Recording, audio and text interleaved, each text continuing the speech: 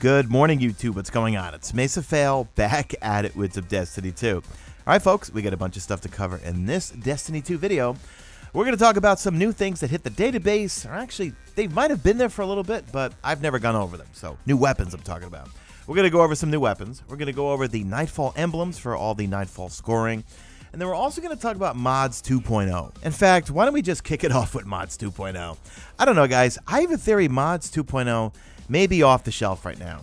You know, when I think about all the comments I see on Reddit, in my comment section, on Twitter, look, a lot of us would like random rolls to come back. I say it, I'm a broken record. Anything is possible at this point with the fact that they're bringing back Rumble and 6v6. Now, the reason why I keep harping on the whole random rolls thing is, look, guys, think about Destiny 1. When we were in content droughts, right, and you got all of the exotics, you got all the raid weapons, you got all the trials weapons, what kept you playing? I mean, Destiny at its core is a looter shooter, right? You play the game and you're trying to get loot. Well, in Destiny 2, because we don't have random rolls, if you play a lot, you have all the loot already. And I personally think that if random rolls were brought back, it would give people a reason to log in every day to see what you can get. Now, I know everyone's going to clamor and say, well, no, it's going to create unbalance in PvP. Well, sometimes unbalance means fun, guys.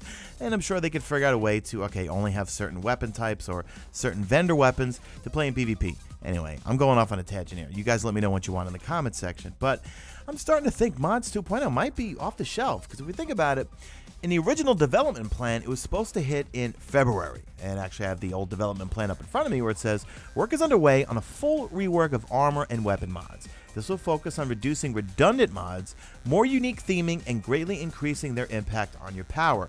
We're aiming for a February release, but the scope of the rework could push parts or all of it out to early spring. But then when we got the update from Christopher Barrett on the 21st of February, he said the mod system improvements are still planned, but will not be available when 1.2.0 is released. We'll give more details and when to expect these changes in a future date. Now, 1.2.0, that's Season 3, and that's also when the new DLC is going to be coming out. So with all that being said, you know, originally slotted for February, and then now off the table, not even in Season 3, or when the new DLC is coming out, which is going to be in May when 1.2.0 hits. So, I don't know, humor me, guys. You guys think they might be reconsidering the mod system and go back to random rolls? Because we know they're playtesting the heck out of the next sandbox update and teasing out a lot of cool things, and it sounds like it's going to be a lot of fun. But I'm just trying to think, man, from a looter shooter perspective, one, there's just not enough loot in the game if you're a hardcore player. You've got everything, right?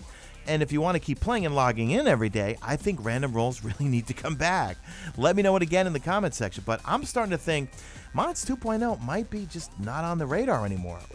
Either that, or they're really going to go crazy with it and give us something really just cool and that we can go in, craft our own things, farm for parts perhaps, and I don't just mean weapon parts, I mean farm for materials and go to Banshee and maybe provide some blueprints or something. I mean, there's a lot they can do. So either they're really revamping it and going to roll it out sometime over the summertime, or my dream is random rolls are going to come back. So that's enough of my rant on it. Let me know what you guys think in the comment section, as always. All right, next up, if you want to see what all the Nightfall Emblems are going to look like, here they are right now. We've got the Inverted Spire, we've got the Arms Dealer, we got Savathun's Song, we've got Exodus Crash, the Pyramidion, we got a Garden World, and of course, everybody has the Tree of Probabilities. Let me know in the comment section what you guys think of Nightfall scoring. I think right now, Nightfalls are in a spot where they are 100% way more fun than they used to be. Now, the icing on the cake is once they add that loot. And as Christopher Barrett said in his last blog update, the Nightfall Strike loot is delayed because he wants to give the artists more time to make them really, really cool. So I said last time, it's a slam dunk. It's fun again. All they need to do is throw in strike-specific loot, and everyone will be grinding Nightfalls every week again. Next up, and lastly, let's go over some new faction weapons, or faction weapons I haven't talked about, and I think they might have just hit the database with the new update. They might have been there, I don't know, I've never gone over them.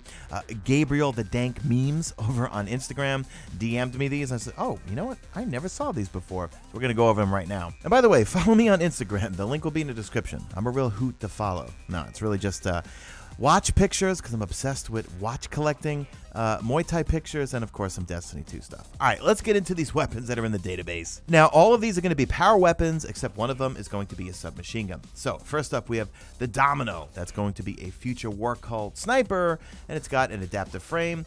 It's got alloy magazine, flared magwell, and the main perk is Pulse Monitor. Auto reloads part of the magazine when the wielder is critically wounded.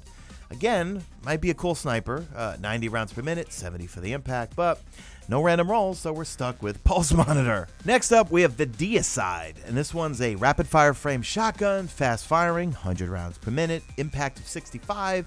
Main perk is Moving Target, increased movement speed and target acquisition when moving while aiming down sights. You got steady rounds, and you also have flared magwell, full choke, fluted barrel, and you also have small bore. For New Monarchy, we have the Quit Claim Shotgun 3, and this one's got an aggressive frame, so high impact. Main perk is Field Prep, increased ammo reserves, faster reload when you crouch. You got flared magwell, you got assault mag, rifle barrel, smooth bore, and fluted barrel. For Dead Orbit, we have a submachine gun called the Radiant Stardust. So this one's got Grave Robber, melee kills, reload a portion of the magazine. That may come in handy, because with submachine guns, when I watch True Vanguard play, he usually wastes people by getting them down to low health with a submachine gun and meleeing them, or meleeing them and finishing them off with a submachine gun. This one's got a lightweight frame, so it's going to shoot 900 rounds per minute. You got steady rounds, appended mag, full bore, hammer forged rifling, and you also have chambered compensator. Next up, for Dead Orbit, they have a sniper rifle too, the Distant Tumulus. Now this one's a rapid fire frame, so 140 rounds per minute, 55 for the impact.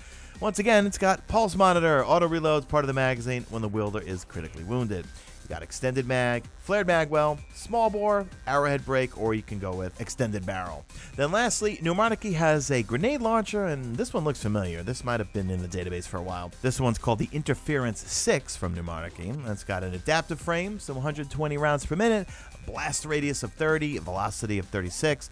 The main perk is Field Prep, increased ammo reserves, faster reload when crouched. You got alloy casing, implosion rounds. You can go with volatile launch, smart drift control, or you can go with hard launch. So that's going to do it for this video, guys. Leave me a hashtag made it to the end if you did make it to the end.